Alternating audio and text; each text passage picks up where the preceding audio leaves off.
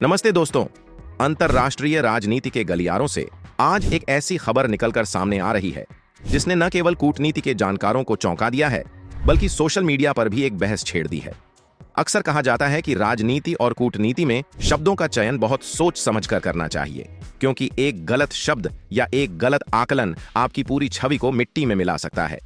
आज की हमारी यह विशेष रिपोर्ट एक ऐसी ही कहानी के बारे में है जहां एक महिला अधिकारी ने जोश में आकर कुछ ऐसा कह दिया जिसकी कीमत अब उनके देश को कूटनीतिक मोर्चे पर चुकानी पड़ रही है। इस तस्वीर को ध्यान से देखिए। इस तस्वीर में जो महिला नजर आ रही हैं, उन्होंने हाल ही में एक ऐसी गलती कर दी जिसे अंतर्राष्ट्रीय मंच पर ब्लंडर कहा जा रहा है। इन्होंने सीधे भारत के विदेश मंत्री डॉक्टर एस जयशंकर से पंगा ले लिया, और पंगा भी किसी साधारण मुद्दे पर नहीं बल्कि भारत के सबसे संवेदनशील मामले यानी कश्मीर पर। शायद इन्हें अंदाजा नहीं था कि जिस जयशंकर साहब को ये घेरने की कोशिश कर रही हैं, वे अपनी तार्किक बातों और हाजिर जवाबी के लिए पूरी दुनिया में मशहूर हैं। जयशंकर साहब वो शख्सियत हैं जो बिना शोर मचाए सिर्फ अपने शब्दों से सामने वाले की पूरी बिसात पलट देते हैं। और इस बार भी कुछ ऐसा ही हुआ। एक गलत आकलन, एक उकसावे वाला बयान, और देखते ही देखते पूरी कहानी तुर्की और पाकिस्तान के खिलाफ मुड़ गई। दोस्तों, इस पूरी कहानी की शुरुआत तब हुई जब पाकिस्तान के विदेश मंत्री इशाक डार अचानक तुर्की के दौरे पर पहुंचे। अब आप सोच रहे होंगे कि इसमें नया क्या है। पाकिस्तान और तुर्की तो पुराने दोस्त हैं, लेकिन इस दौरे का समय और इसके पीछे की मंशा बहुत गहरी थी। पाकिस्तानी मीडिया में तो बड़े बड़े दावे किए जा रहे थे कि यह यात्रा पाकिस्तान के लिए कोई बड़ा सहारा लेकर आएगी, कोई नया गठबंधन बनेगा। लेकिन असल में यह दौरा एक ऐसे समर्थन की तलाश में थी जो अंतर्राष्ट्रीय मंच पर भारत को नीचा दिखा सके। इसी दौरे के दौरान इशाक डार की मुलाकात तुर्की की सेक्रेटरी डालमा से हुई। बैठक शुरू हुई, चाय की चुस्कियां ली गईं, लेकिन जैसे ही मीडिया के कैमरे सामने आए, बातचीत का रुख अचानक और जानबूझकर कश्मीर की ओर मोड़ दिया गया। यहां डालमा ने जो रवैया अपनाया, उसने सबको हैरान कर दिया। वे पाकिस्तान के सुर में सुर मिलाती नजर आईं और भारत को लेकर ऐसे तंज कसने लगीं जो न सिर्फ तथ्यों से कोसों दूर थे बल्कि कूटनीति की हर मर्यादा को लांघ रहे थे। डालमा ने कैमरे के सामने खड़े होकर भारत के लोकतंत्र पर सवाल उठा दिए।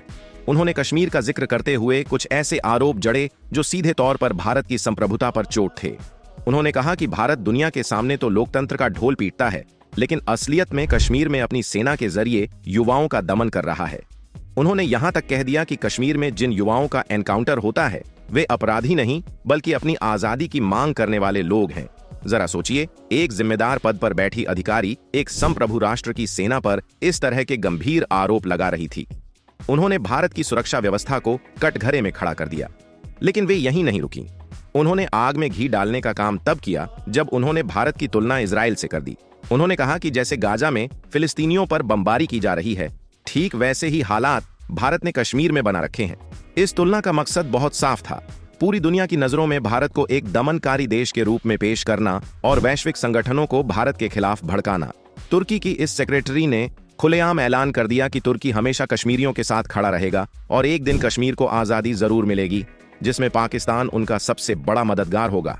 उन्होंने तुर्की को पाकिस्तान का बड़ा भाई बताते हुए न केवल राजनीतिक बल्कि हथियारों की आपूर्ति तक की बात कह दी। यह एक सीधा संकेत था कि तुर्की अब भारत के खिलाफ खुलकर मैदान में आ गया है। अब पूरी दुनिया की नजरें दिल्ली की तरफ थीं। सबको इंतजार था कि भारत के चाणक्य कहे जाने वाले एस जयशंकर इस खुले अपमान का क्या जवाब देते हैं। और जैसा कि उम्मीद थी, जवाब आया, और ऐसा आया कि तुर्की के गलियारों में सन्नाटा पसर गया। जयशंकर साहब ने बिना किसी उत्तेजना के बहुत ही शांत लेकिन बेहद सख्त लहजे में अपनी बात रखी। उन्होंने सबसे पहले उस लोकतंत्र के पाठ पर प्रहार किया जो तुर्की हमें पढ़ा रहा था। उन्होंने साफ शब्दों में कहा कि जो देश खुद आतंकी संगठनों को राजनीतिक आंदोलन का नाम देकर पनाह देता है, उसे भारत को मानवाधिकार सिखाने की जरूरत नहीं है। यह सीधे तौर पर तुर्की की उस नीति पर हमला था जहां वह अक्सर चरमपंथी गुटों के प्रति नरम रुख रखता है। जयशंकर साहब ने तुर्की को आईना दिखाते हुए कहा कि उन्हें दूसरों पर उंगली उठाने से पहले अपने रिकॉर्ड पर नजर डालनी चाहिए। उन्होंने सीरिया का जिक्र करते हुए इशारा किया कि किस तरह वहां सक्रिय आतंकी ठिकानों को फंडिंग और हथियार मिलते रहे हैं। उन्होंने साफ कहा कि भारत के खिलाफ बोलने वाले पहले यह देखें कि उनका अपना दामन कितना साफ है। इसके बाद उन्होंने एक ऐसा तर्क दिया जिसने डालमा के मुस्लिम कार्ड की हवा निकाल दी। जयशंकर साहब ने कहा कि भारत में तुर्की की कुल आबादी से भी कहीं ज्यादा मुस्लिम रहते हैं और वे भारत की प्रगति में बराबर के हिस्सेदार हैं। अगर भारत में अल्पसंख्यकों पर अत्याचार होता तो आज भारत दुनिया की 5वीं सबसे बड़ी अर्थव्यवस्था नहीं होता।